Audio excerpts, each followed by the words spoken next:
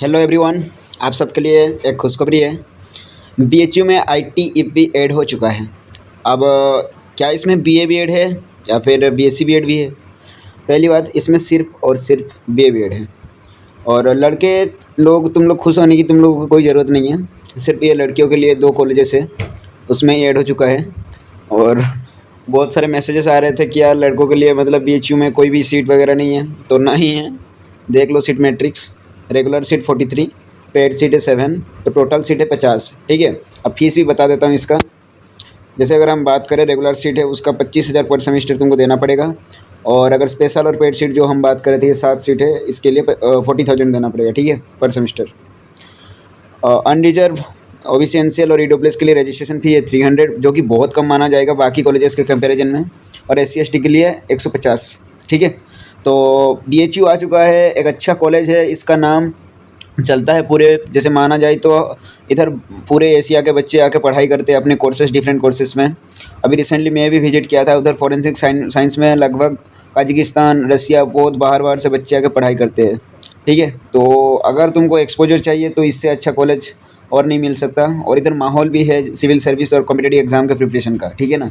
बाकी ये सब चेक कर लो। जैसे रजिस्ट्रेशन स्टार्ट हो चुका है 25 जून से। और एलिजिबिलिटी की बात करें तो 10+2 with at least 50% mark relaxation as for the government norms. फिर उसके बाद 22 ईयर मैक्सिमम एज होना चाहिए। अगर मैक्सिमम एज की बात करें तो 22 ईयर है, तो फिर उससे पहले ही अप्लाई करना पड़ेगा, उससे बाद नहीं अप्लाई कर सकते। 1 जुलाई 2026 अगर हम देखें तो उस डेट पे किसी का भी अगर ईयर 22 ईयर का हो रहा है और वो एक्सटेंड अगर उससे मतलब उस 22 ईयर से ज़्यादा होगा तो वो अप्लाई नहीं कर पाएगा। ठीक है। उससे कम होगा तो अप्लाई करेगा। बढ़िया। अब चेक कर लेते हैं। ये देखो, ये सभी नंबर पे कांटेक्ट करके कोई भी जानकारी अगर तुमको लेना हो ले सकते हो। बीएचयू के मेन जो वेबसाइट है उधर आप विजिट कर सकते हो। बाकी टेलीग्राम चैनल पे मैं लिंक शेयर कर दूंगा, अप्लाई करने का जो लिंक है। बीएचयू एडमिशन पोर्टल के थ्रू आप रजिस्टर कर सकते हैं। और रजिस्ट्रेशन फ़ी मैंने बता दिया, जैसे कि 300 रहेगा जनरल, ईडब्ल्यूएस ओबीसी के लिए, एससी एसटी के लिए रहेगा 150। ठीक है। अब थोड़ा सा डिटेल में चेक करते हैं क्या लिखा गया है।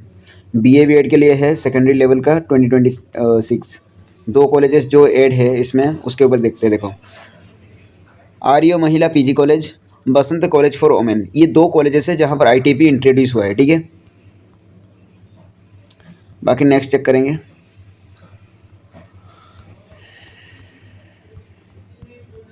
थोड़ा बहुत इन्फॉर्मेशन ही बता दूंगा जो कि तुमको हेल्प करेगा। The 4 year integrated teacher education programme will run in 2 location, Arya Mahila PG college and Basant college for women, both admitted to the privilege of the Banaras Hindu university. उसी के अंडर आता है बीएचयू के अंडर। ठीक है ना। Basant college for women, strength is more than 3000। Eligibility की बात करें तो एनसीटी 2026 में अपेयर होना चाहिए। 10+2 में 50% से ज़्यादा मार्क होना चाहिए, 50% या फिर उससे ज़्यादा। Admission is open for girls only. 8 semester में पेपर होंगे। Not more than 22 year age on the 1 July 2026। Age relaxation for the candidate belonging to the reserve category. कोई रिजर्व कैटेगरी में है तो फिर उनके लिए एज रिलैक्सेशन उस हिसाब से रहेगा, कुछ मेंशन नहीं है वैसे। एनसीईटी मेरिट कैलकुलेशन कैसे होगा? Teaching aptitude, general test, language 1, language 2 और डोमेन सब्जेक्ट का 100।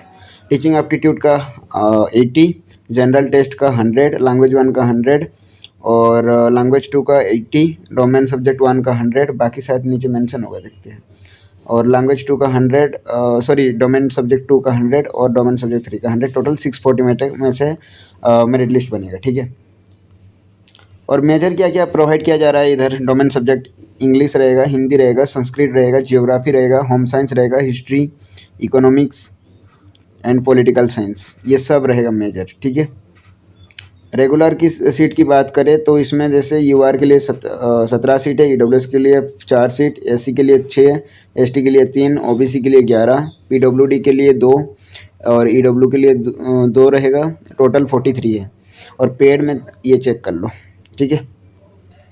नोट, एक चीज़ नोट करने वाली ये है, अनफिल्ड एम्प्लॉई वर्ड, यानी कि जो ईडब्ल्यू है seat will be merge with other categories as per the rule.